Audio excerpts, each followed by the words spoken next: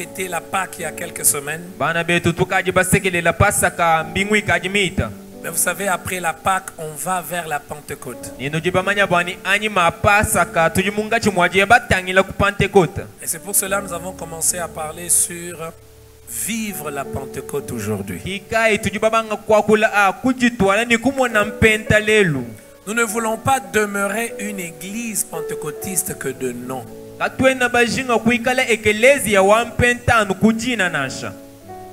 Cela ne glorifie pas le Seigneur. Nous devons être véritablement une église de la Pentecôte,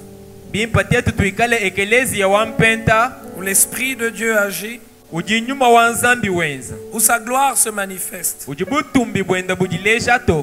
y a un texte de la Bible que j'aimerais nous proposer. Ce texte m'a beaucoup touché, m'a fait réfléchir.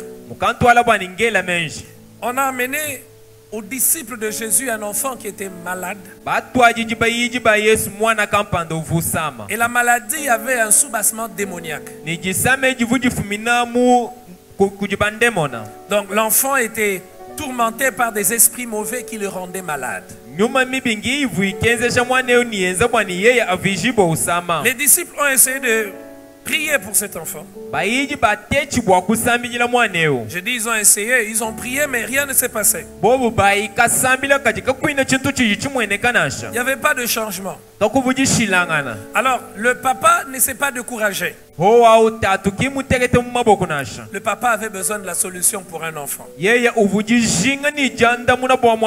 Vous savez, quand vous êtes père et qu'un enfant est malade, vous vous dites, Seigneur, je vois mon enfant souffrir, veux même que ce soit moi qui sois malade, pas lui.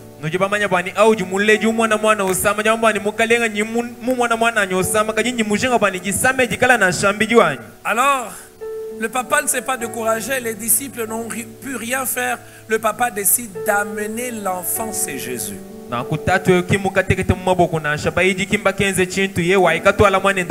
Alors quand ils amènent l'enfant chez Jésus, la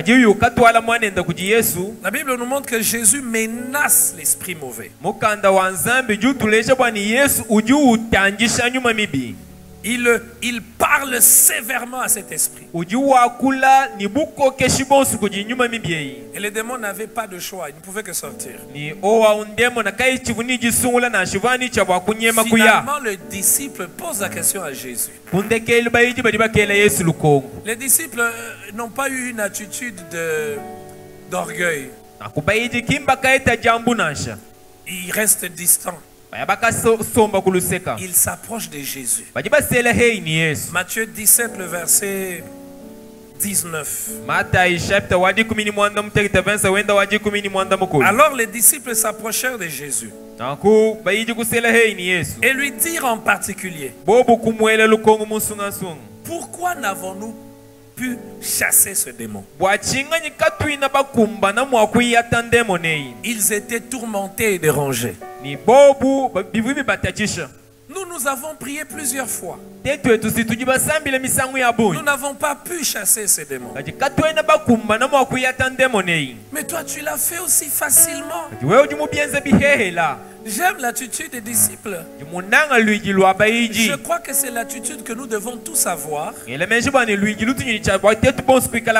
Quand nous sommes dans un environnement où certaines personnes ont des résultats que nous n'avons pas. Vous savez, il y a des gens qui n'ont pas une bonne attitude. Quand ils sont dans un milieu où quelqu'un a des résultats que lui n'a pas, vous l'entendrez dire, ah, c'est un féticheur, c'est un féticheur. Et vous remarquerez que quand quelqu'un dit que c'est un féticheur, il n'apprendra jamais, il ne dépassera jamais ce niveau.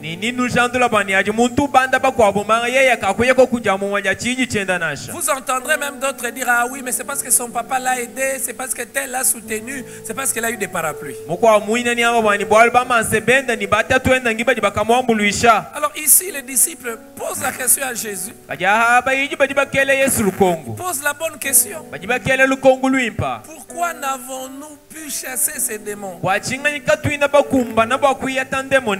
Vous savez que même dans les milieux chrétiens,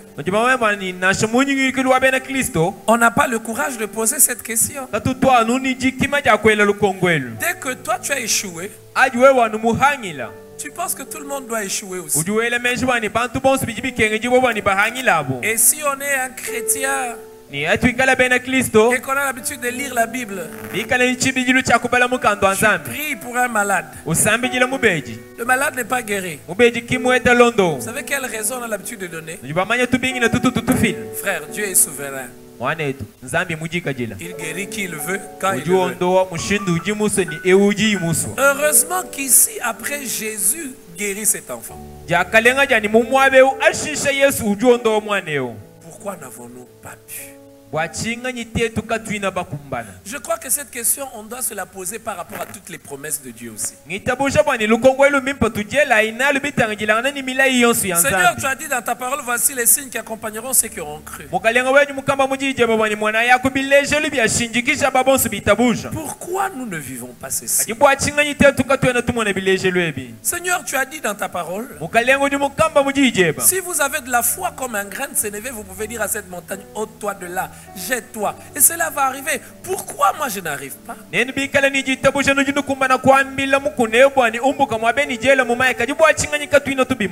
Frères et sœurs, cette question nous devons nous la poser aussi par rapport à la Pentecôte, à l'effusion de l'Esprit.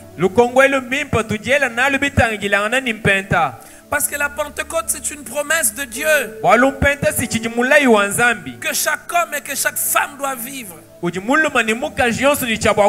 Chaque chrétien doit normalement vivre la Pentecôte. Mais parfois il y a un fossé immense entre ce que nous connaissons, ce que nous professons et notre expérience de tout le jour.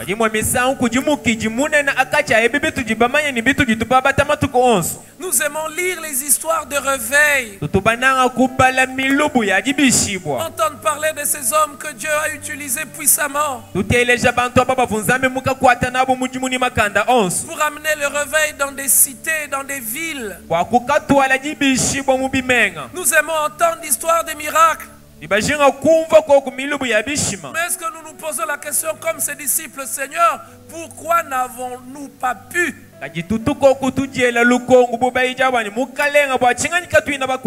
Seigneur, voici ce que disent les Écritures. Et pourquoi nous ne vivons pas cela? J'ai étudié la Bible, frères et sœurs, et j'aimerais vous présenter quelques obstacles, quelques réalités qui font que parfois nous ne vivons pas ce que Dieu a promis. Cela peut être appliqué à la Pentecôte, mais soyez sûr, cela peut être appliqué à tous les domaines de la vie. Il ne suffit pas d'avoir la promesse du Seigneur, ce n'est pas tout. Les promesses du Seigneur doivent nous pousser à étudier encore davantage sa parole pour que nous puissions développer les aptitudes qu'il attend, les aptitudes que nous devons avoir pour vivre l'accomplissement de ses promesses.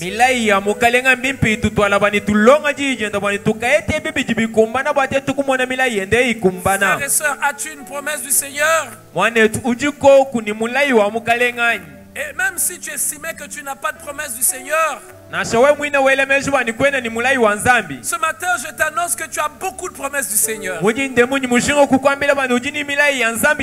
Tu les as au travers de sa parole. Et tu as la promesse de la Pentecôte. Dans le dernier jour je répandrai de mon esprit sur toute chair. Vos fils et vos filles prophétiseront. Vos jeunes gens auront de visions. Vos vieillards auront des songes. C'est une merveilleuse promesse du Seigneur. Mais là, il y a des choses qui nous empêchent de vivre cela. Ce matin, j'aimerais nous citer 6 choses ou partager avec nous 6 choses qui nous empêchent de vivre les promesses de Dieu. Et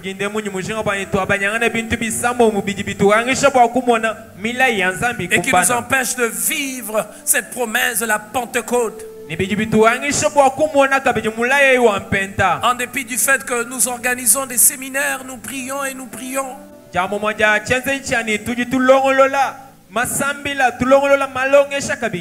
Combien de séminaires n'ai-je pas participé moi-même dans notre communauté? On va dire prions, prions, commençons à parler en langue et puis on sait très bien que le feu n'est pas là.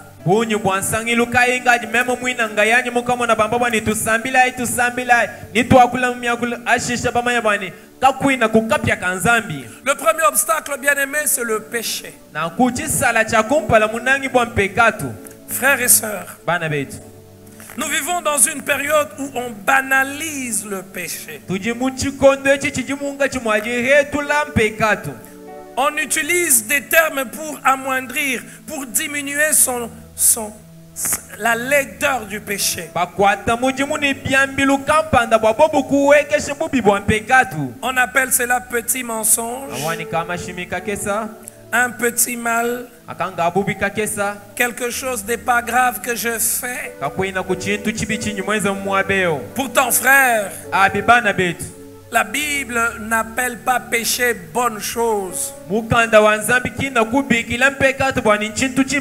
Parce que le mal reste le mal, peu importe comment on appelle cela là où nous sommes. Là où tu travailles, on peut appeler ça coopération, c'est le mal. À l'université, on peut appeler ça nous consommons, autoconsommation. Ça reste le mal. Il y a des gens qui ne comprennent pas quand je parle d'autoconsommation. Quand j'étais en G1 médecine, les enseignants, un enseignant disait: vous les femmes de cette promotion, les jeunes filles, aimez les jeunes garçons de cette promotion. Et vos histoires d'amour, ça reste dans cette promotion. Autoconsommation, nous consommons. Et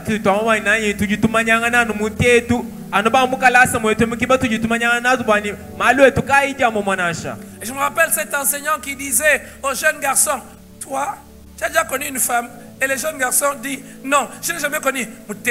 Là.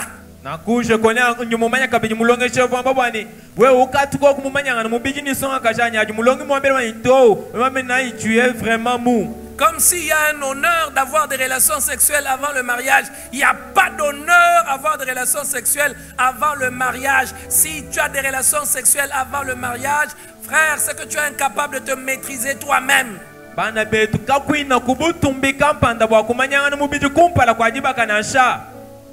Mais quand on est dans une société pervertie, on pense que le bien est mal et le mal est bien. Mais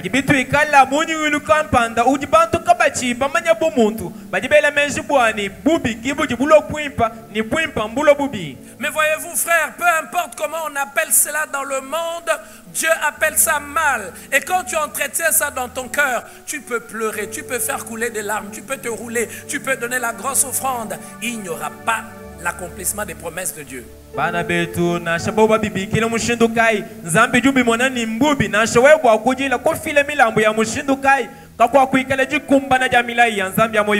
Jacques, le chapitre 1er, le verset 21.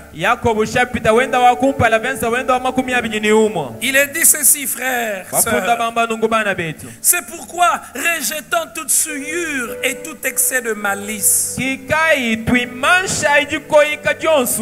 recevez avec douceur la parole qui a été plantée en vous et qui peut sauver vos âmes.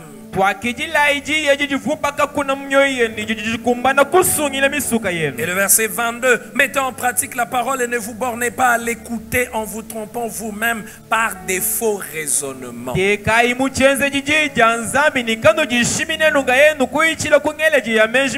Voyez-vous ce que le Seigneur attend? Que nous puissions rejeter toute souillure. Et que nous puissions mettre en pratique la parole du Seigneur.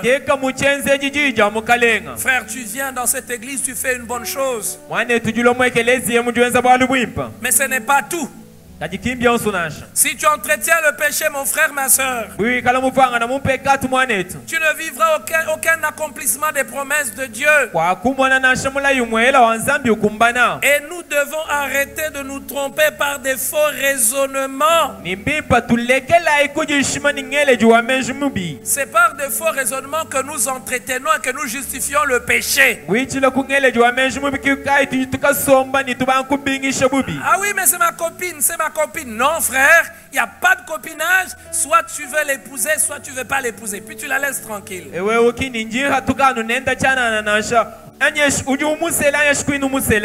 J'ai entendu une théorie bizarre. Ah oui, mais on ne s'aime pas, mais on se console mutuellement. Donc quand lui il a besoin de moi, je lui donne. Quand lui a besoin de moi, il me donne. Et on n'est pas engagé, on se console mutuellement.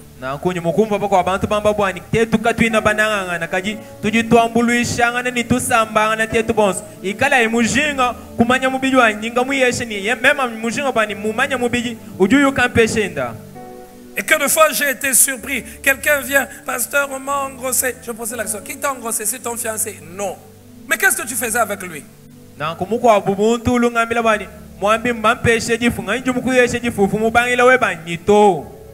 Mais comment tu peux faire ça avec quelqu'un? Aucune relation, rien du tout, il n'y a rien.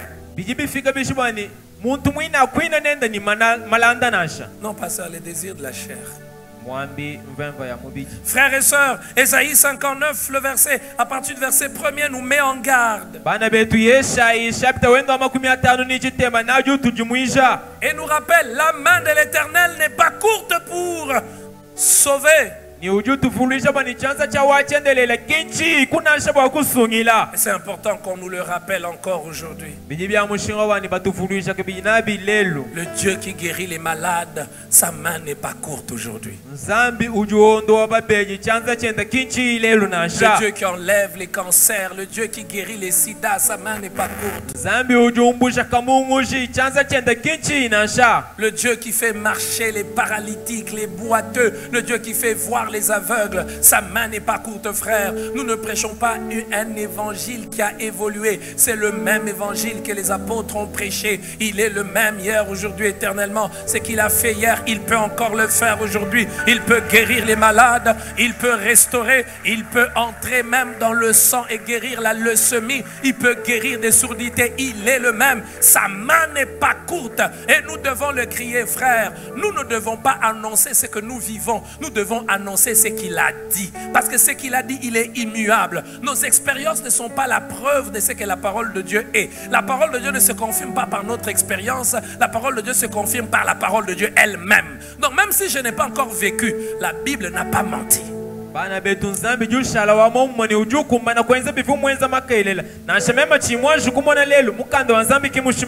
Donnez-moi un amen, frère. Amen.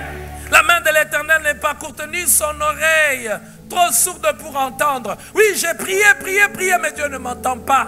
Combien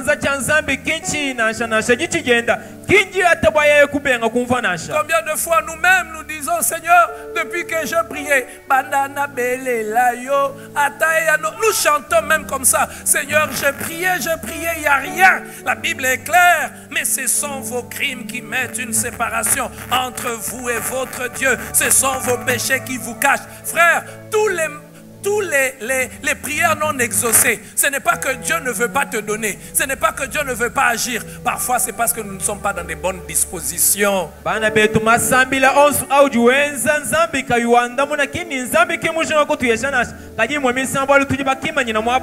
C'est pour cela que je nous ramène à ce premier texte que nous avons lu. Les disciples ont posé la question à Jésus: pourquoi n'avons-nous pu chasser ces démons?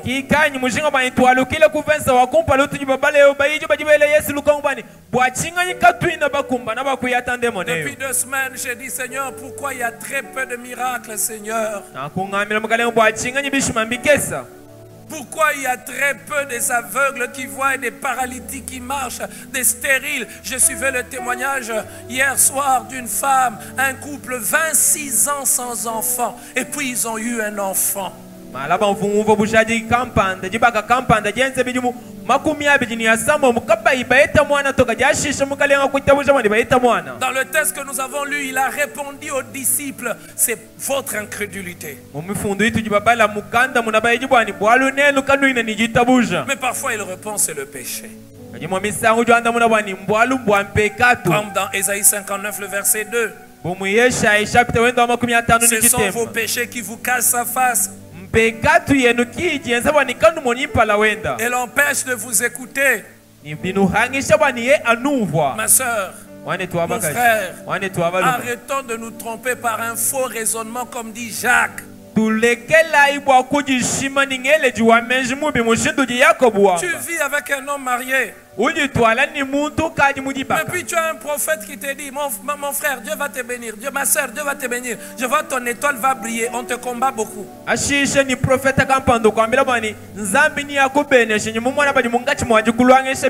Frère, où sont encore ces prophètes comme Michée qui peuvent dire, homme de Dieu, répands-toi.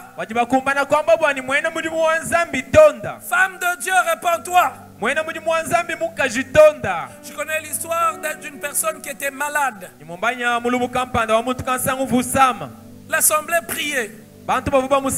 L'assemblée était convaincue que Dieu allait intervenir. Vous savez, il y a des moments où vous priez pour quelqu'un, vous savez que ça va changer. Mais vous avez l'impression que ça ne change pas. C'est comme s'il y a quelque chose qui bloque. Et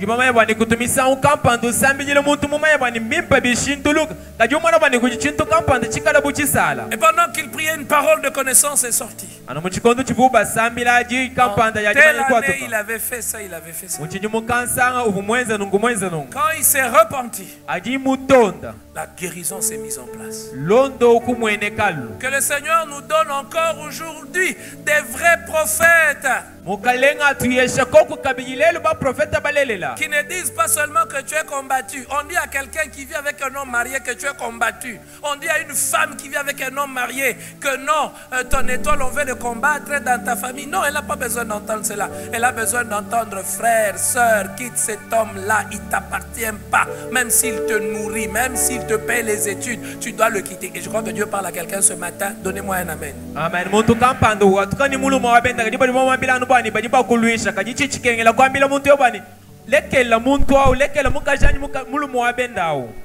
Voulons-nous voir la gloire de Dieu?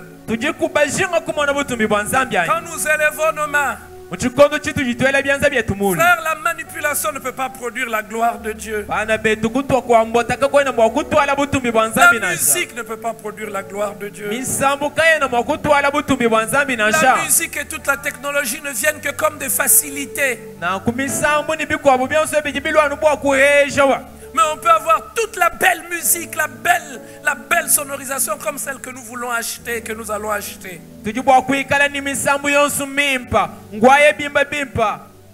Un beau temple comme ce que nous allons construire avec des leurs qu'on dise tout très bien. Mais frère, on peut avoir tout ça et être une église morte sans vie. Le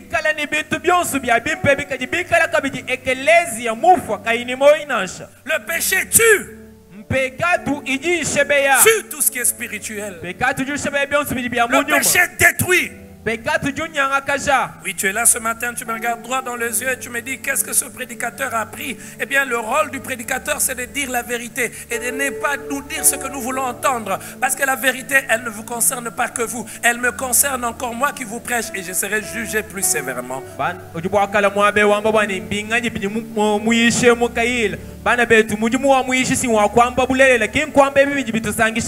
Y a-t-il quelque chose dans ton cœur ce matin?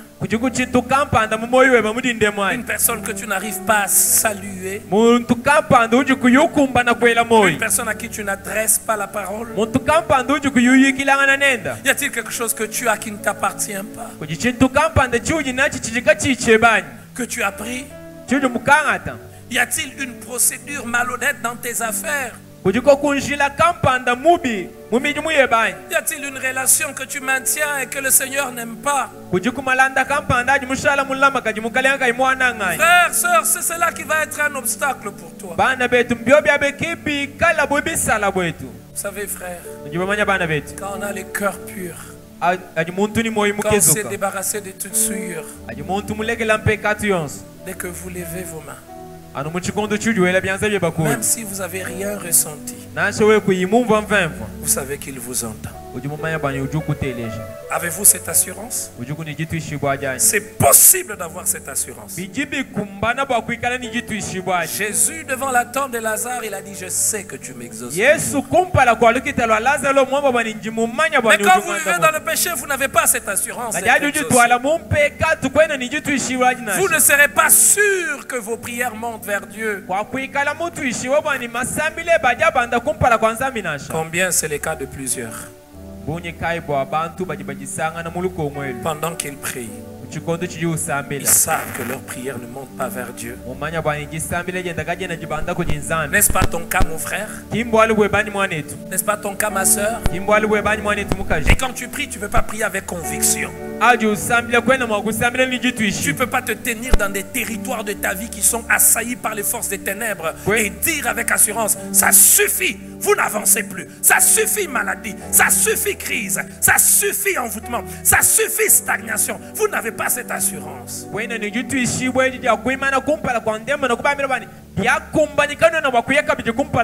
Bien-aimés frères et sœurs, deuxième obstacle. J'aimerais finir tous les 6 obstacles en ce deuxième culte. C'est la peur. Bien-aimés frères et sœurs, la marche avec Dieu, c'est une marche qui exige la foi. Et attendre les promesses de Dieu exige la foi. Et la foi, c'est de la folie. C'est de la folie pour nous-mêmes. C'est de la folie pour notre entendement. Attendre la Pentecôte, c'est de la folie. Qu'a-t-il dit aux disciples? Ne quittez pas Jérusalem. Attendez. Et vous recevrez une puissance. Oui, vous recevrez une puissance. De quelle puissance est-ce qu'il parlait? Il y a la puissance des relations. Quelqu'un qui a des relations, qui connaît des hommes et des femmes, qui peuvent influencer un dossier. Il y a la puissance des relations. Il y a la puissance des finances. Quelqu'un, même s'il n'est pas trop instruit, mais financièrement il est très fort. Et nous connaissons des gens dire: tu connais qui je suis? Généralement, quand les gens disent tu connais qui je suis, ils se reposent sur leur puissance financière. Mais Jésus ne parle pas de la puissance financière. Il y a aussi la puissance du savoir, de ce que l'on connaît. Ne dit-on pas quand l'on connaît, on peut? Ne voyons-nous pas de gens dire: ma connaissance m'a ouvert des portes? Jésus ne leur parle pas de ce genre de puissance. La puissance du diplôme. J'ai mon diplôme. Dès qu'on va faire un appel d'offres, mon diplôme va peser. J'ai un master. J'ai un PhD. Jésus n'a pas promis tout cela. Il leur dit: attendez à Jérusalem, vous recevrez une puissance. Le Saint-Esprit survenant sur vous. Et vous serez mes témoins. Ils allaient recevoir une puissance qui n'était pas visible. Une puissance qui se manifestait. Frères et sœurs, avons-nous cette foi pour attendre l'invisible et l'impossible? Généralement, on a peur. Généralement, on tremble. Il y a cette image de ces disciples qui me vient en tête. Ils voient Jésus marcher sur les eaux. Et ils disent, c'est un fantôme. Un homme ne peut pas marcher sur les eaux. Il dit, si c'est toi, ordonne aussi que je marche. Il lui dit, viens. Les disciples sont sortis de la barque. Représentez-vous ce disciple. Quand on lui a dit, viens. Il a eu la foi. Il a commencé à marcher. Il a fait le premier pas. Son pas ne s'enfonçait pas. Il a fait un deuxième pas. Mais que s'est-il passé? Le miracle s'est arrêté. Non pas parce que celui qui avait parlé avait changé la parole, mais parce que celui qui avait reçu la parole a cessé de croire totalement à la parole qu'il avait reçue. Donnez-moi un amen. Le miracle s'est arrêté non pas parce que celui qui avait donné la parole avait changé la parole, mais parce que celui qui avait reçu la parole a changé d'attitude vis-à-vis de la parole.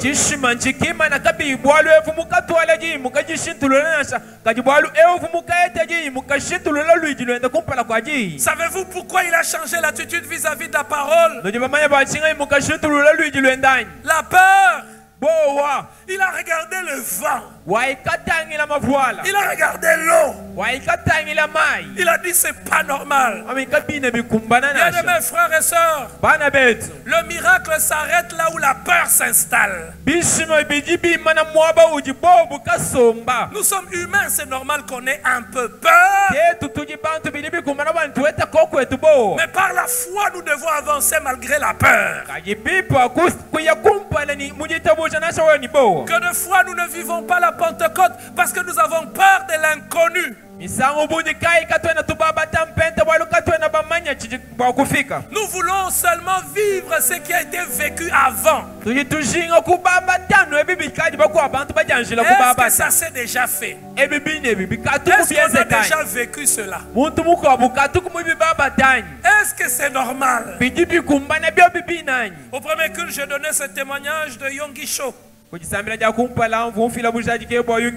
pasteur sud-coréen qui nous a déjà précédés.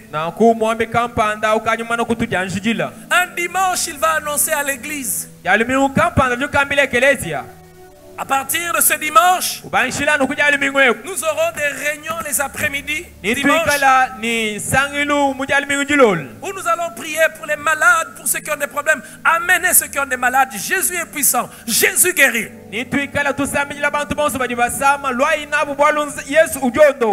Il témoigne lui-même qu'après avoir dit ça, il a commencé à se reprocher lui-même. Pourquoi j'ai dit cela? Pourquoi j'ai dit cela? Et si rien ne se passait? La peur nous amène à douter même de ce que Dieu a dit. Dieu a dit ce mariage va tenir. Mais il y a tellement de problèmes, tu as peur. Dieu a dit je veux pourvoir à tous les besoins. Le temps avance, tu ne vois pas de solution. Il dit plus l'heure de la réunion s'approchait, plus sa peur augmentait. Et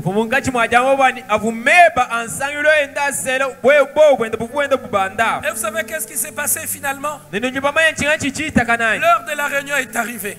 Et l'église, leur tente à l'époque était pleine. Comme jamais avant. Il regardait à gauche, à droite s'il y avait quelqu'un qui avait une maladie grave. Il s'est rendu compte qu'il n'y avait pas de paralytiques, il n'y avait pas de personnes qui avaient des problèmes compliqués. Et il a dit dans son cœur, c'est une bonne chose. Et il va dire qu'il dit publiquement, Aujourd'hui, vous avez amené que des gens qui ont des rhumes et des maux de tête, pas des maladies graves. Mais la prochaine fois, amenez des gens qui ont des problèmes compliqués. Un papa au fond lève la main. Non, pasteur, moi j'ai amené ma fille, elle est sourde depuis sa naissance.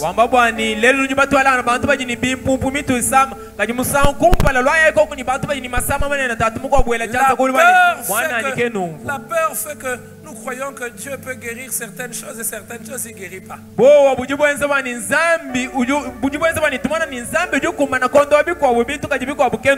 le savez? Vendredi, après avoir prêché sur la guérison, il y a un papa de l'église qui est venu me donner un témoignage. Pasteur, que Dieu soit béni. Alors il me dit, il y a quelques années, on allait à l'hôpital pour prier pour les malades. Il dit, on était avec un pasteur.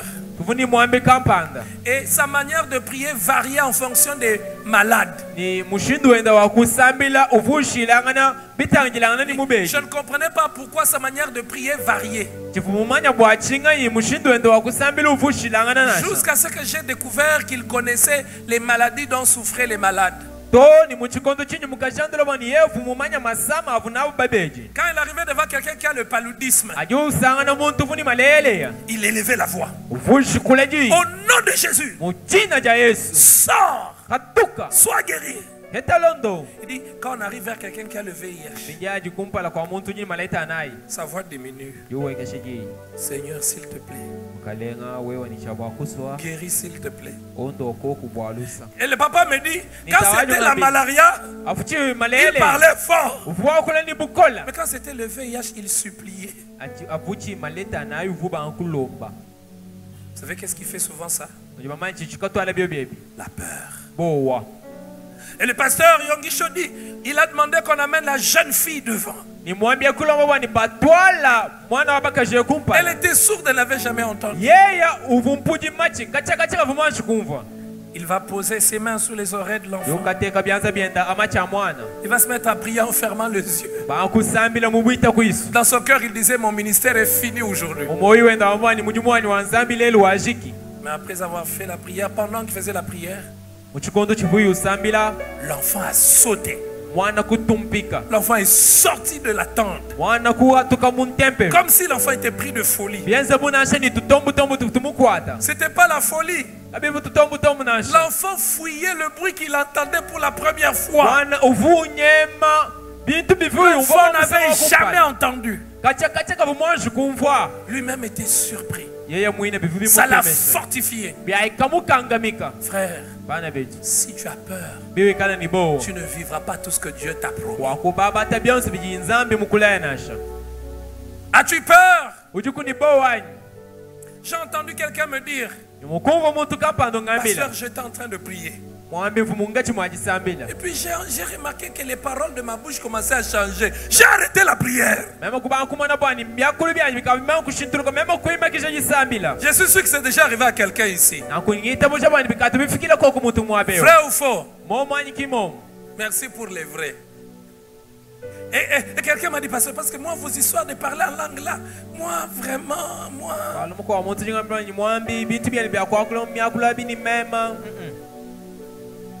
Quelqu'un d'autre me racontait, dit, j'étais en train de prier. Et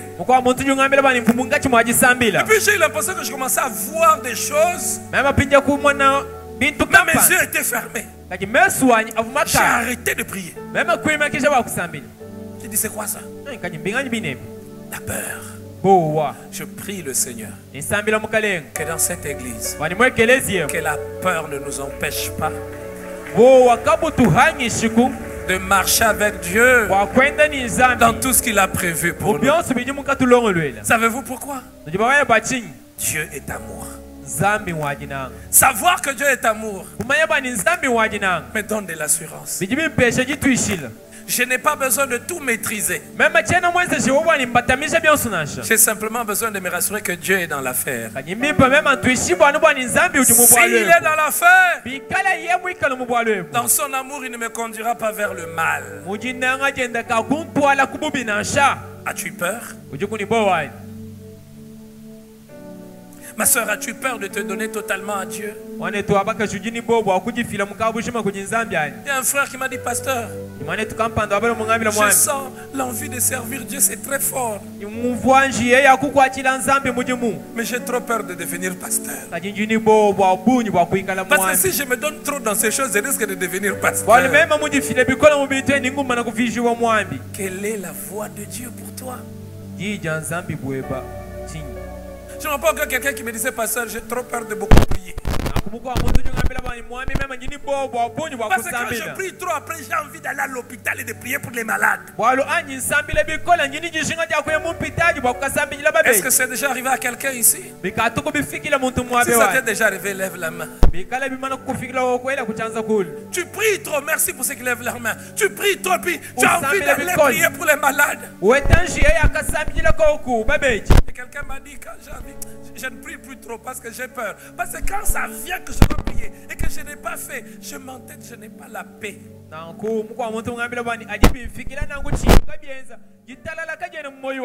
As-tu peur que le Seigneur t'amène dans des choses que tu ne vas plus maîtriser, que tu ne vas plus contrôler? As-tu peur que le Seigneur t'amène dans une vie que tu ne vas pas? C'est toi qui diriges, mais celui qui dirige. As-tu peur que le Seigneur t'amène dans des choses qui vont faire trembler les mondes, qui vont faire que le monde se moque de toi, que le monde dise, mais il est devenu fou, il est devenu anormal? As-tu peur de cela?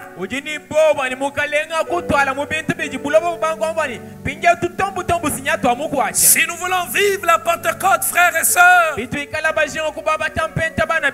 parlait en de nouvelles langues ce jour-là. Le monde ne les comprenait pas. Comment ces hommes partent-ils dans les langues que nous connaissons alors qu'ils ne les ont pas étudiées?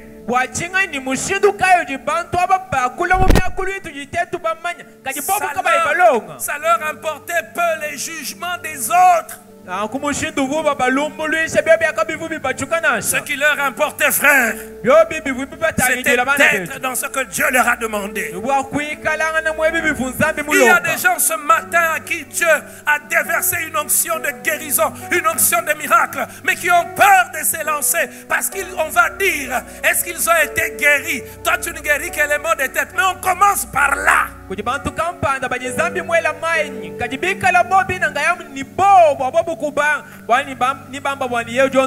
voudrais dire une chose, Dieu est merveilleux.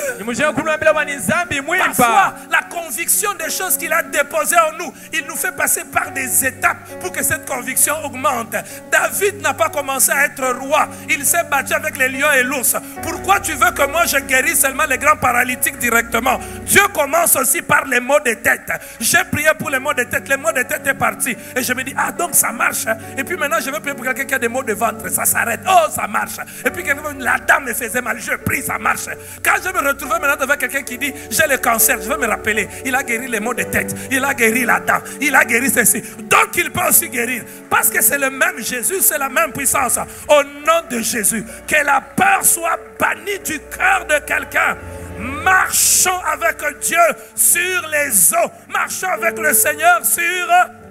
J'ai envie de crier, le Seigneur appelle quelqu'un. Il est en train de marcher sur les eaux. Toi, tu es dans la barque de ton travail qui n'avance pas, la barque de ton travail qui stagne. Tu es dans la barque de ton mariage qui n'est pas stable. Tu es dans la barque de ta vie qui ne progresse pas. Le Seigneur marche sur les eaux. Il marche sur des choses impossibles et il t'appelle à des choses impossibles. Le Seigneur appelle chacun de nous à des choses impossibles. Lève-toi, sors de la barque, ne regarde pas à l'eau, regarde à celui qui a parlé. Ne regarde pas au vent, regarde à celui qui a parlé. Ne regarde pas à ce que les gens pensent, regarde à celui qui a parlé.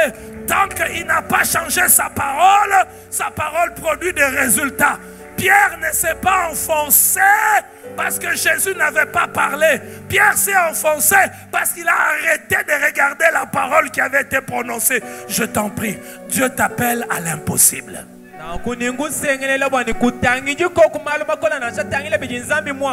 Aide-moi, regarde ton voisin et dis-le avec foi. Dieu t'appelle à l'impossible. Dis-lui, Dieu t'appelle à l'impossible. L'impossible pour toi ne sera pas toujours l'impossible pour moi. Pour moi, l'impossible, c'est réunir de foules en Bujimaï dans le stade pendant une semaine, chaque jour. Et ils entendent la parole de Dieu. Mais pour toi, l'impossible, c'est peut-être la croissance. Tu vas devenir DG dans cette entreprise. C'est peut-être pour toi l'impossible. Peut-être pour toi, l'impossible, c'est ces études que tu vas finir sans un secours, sans un soutien, orphelin de père et de mère. Pour toi, peut-être l'impossible, c'est ce mariage qui va devenir stable. C'est ce mariage où il y aura la paix. Pour toi, l'impossible, c'est peut-être cet enfant que tu vas avoir après 30 ans. Pour toi, l'impossible, c'est ce mariage que tu vas avoir. Tu as été rejeté après 2 ans de vie avec un homme. On te regarde, on dit tu es chez les ouins, tu es fini, tu es bousillé, tu es brisé. Mais le Seigneur te dit, marche vers les eaux. Je suis là en train de marcher. Marche vers les eaux. Tu peux encore écrire une nouvelle histoire. Tu peux encore te marier. Tu peux encore progresser. Pour toi, l'impossible, c'est peut-être la paix du cœur. Tu n'as point de paix. Tu ne dors pas. Tu vis dans l'anxiété. Pour toi, l'impossible, c'est cela. Pour moi, l'impossible, c'est cet endroit qui devient trop petit pour nous. Il y aura de deuxième culte où on sera plein dedans et plein dehors. C'est pour moi l'impossible. Dieu m'appelle à l'impossible. Dieu t'appelle à l'impossible, ma soeur. Dieu t'appelle à l'impossible. Le problème, ne t'avance pas avec la témérité. Avance-toi sur sa parole. Ne t'avance pas par compétition. Ne t'avance pas par concurrence. Dis simplement, Seigneur, sur ta parole. La parole de Dieu t'appelle toi à quoi? Il y a quelque chose d'impossible auquel la parole de Dieu t'appelle. La parole t'appelle à quoi? À quoi? Quand j'ai découvert qu'il y a des choses qu'on n'obtient pas parce qu'on ne croit pas, j'ai dit à Dieu, tout ce que tu diras, je croirai. La Bible dit, vous n'avez pas obtenu parce que vous êtes incrédule. Écoutez ce que la Bible dit. Je vais terminer par là. Si tu crois, tu peux dire à cette montagne, ôte-toi, jette-toi.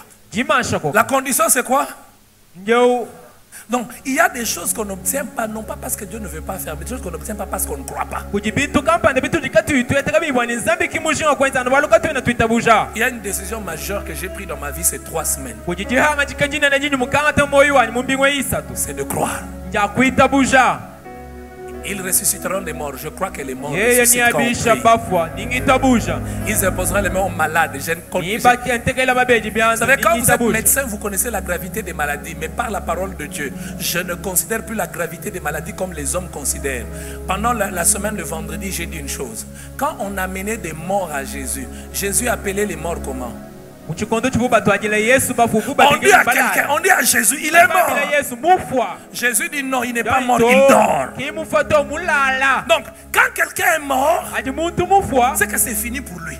Mais quand quelqu'un dort, c'est qu'on peut le réveiller. Donc déjà, la manière de Jésus d'appeler le problème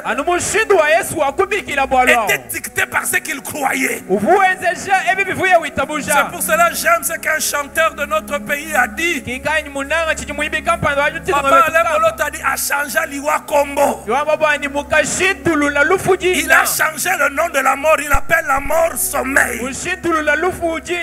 Et j'ai une bonne nouvelle. Il a changé le nom de ton problème. Il a changé le nom de ton problème. Il a changé le nom de ton problème. Ton problème, le monde dit maladie incurable. Mais Jésus n'appelle pas ça maladie incurable. Jésus dit aux hommes, cela est impossible. À Dieu, tout est possible. Les hommes disent, il est mort. Cette entreprise est morte. Quand Jésus vient, il ne dit pas que l'entreprise est morte. Il dit cette entreprise dort. Et je vais finir par vous dire quelque chose. Quand on amène une fille malade vers Jésus, que dit Jésus entre dans la chambre. Jésus n'entre pas dans la chambre avec tout le monde. Jésus écarte tout le monde. Pourquoi il écarte tout le monde? Le doute est contagieux. La peur, elle est contagieuse. Quand tu vas prier une minute, il n'y a rien. Oh, une minute, il n'y a rien. Oh, 2 minutes, il n'y a rien. Soit dit en passant. C'est pour cela tous tes problèmes ne disent pas à tout le monde. Parce que tout le monde n'a pas la même foi que toi. Il y a des gens, si tu leur dis ton problème, ils vont te faire prendre conscience de la gravité du problème. A changé l'Iwakumbo. Il a changé le nom de ton problème. Est-ce qu'on peut se mettre debout? Et pendant 5 minutes, oh, le temps est passé. Pendant 5 minutes,